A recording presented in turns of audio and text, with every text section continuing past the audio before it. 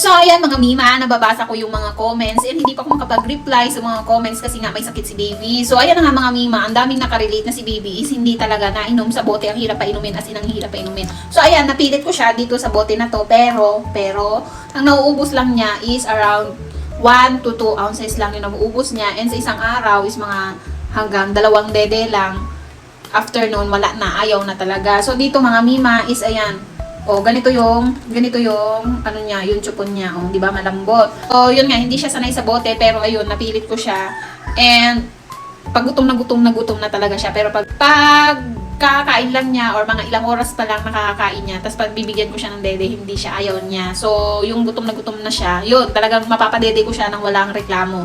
And, dito din, dumedede siya, kasi nga, ayan, inuman niya ng tubig, itong bote na to, and, yan, dito siya, marunong din dumede ng gatas, pero minsan niluluwa niya talaga. So yun ngayon mga mima is napakahirap niya talagang pilitin ngayon. Ang hirap pilitin kumain, ang hirap pilitin magdede kasi nga may sakit siya ngayon, may sikunong ubo. So ayan, kagagaling na lang namin ulit sa hospital kasi nga nung nakaraan pina-check up ko siya and hindi talaga gumaling. Ang tigas ng ubo niya hanggang ngayon is kawawang-kawawa na. So ayan, niresitahan na naman siya ng salbutamol at saka ito. Oh. Meron ding tawag dito, meron ding pang nebulizer. Ayan.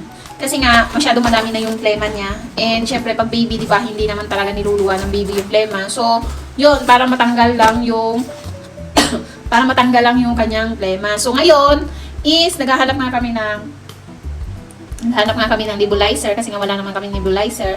So, yun, may nahanap si daddy. And muntik na nga ang gusto nung sa ospital, i-admit si baby, pero sabi ko, wag muna. And yun, maggamot lang ng gamot.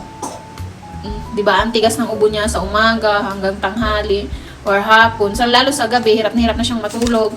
And hindi na rin nakain ng maigi. So, yun, napakahirap naman talaga. Imbis na padagdag yung timbang niya, is pabawas na yan talaga. Kasi nga, yun, siguro sa panahon nga, yung ganito, kasi wala namang naninigarilyo dito sa bahay. Sa panahon siguro, kasi diba, init lamig. So, kaya nagkaubo or nahawa na nga sa akin. Kasi nga, diba, nagkasipon nga ako, nagkaubo. So, yun guys. So, yun guys, ang daming mommies pala, hirap na hirap padidehin si baby. Sobrang hirap. Kung sa gatas naman, bet naman niya yung lasa ng gatas na binigay ko, yung Nido Junior. Bet naman niya yung lasa. Ang ayaw lang niya talaga is yung mga pinapainuman, yung mga bote, yung mga feeding bottle, yun lang talaga yung ayaw niya. So dito, napilit ko talaga siya. Napilit talaga.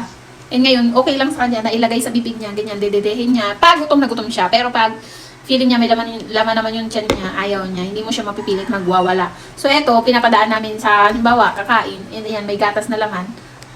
Yan, umiinom siya. So, yun lang mga mommies. Ang daming mga mommies pala out there na ayun din ang problema sa mga babies nila. Yung ang hirap pa inumin ng gamot and mababa ang timbang. So, yun. Nakaka-stress.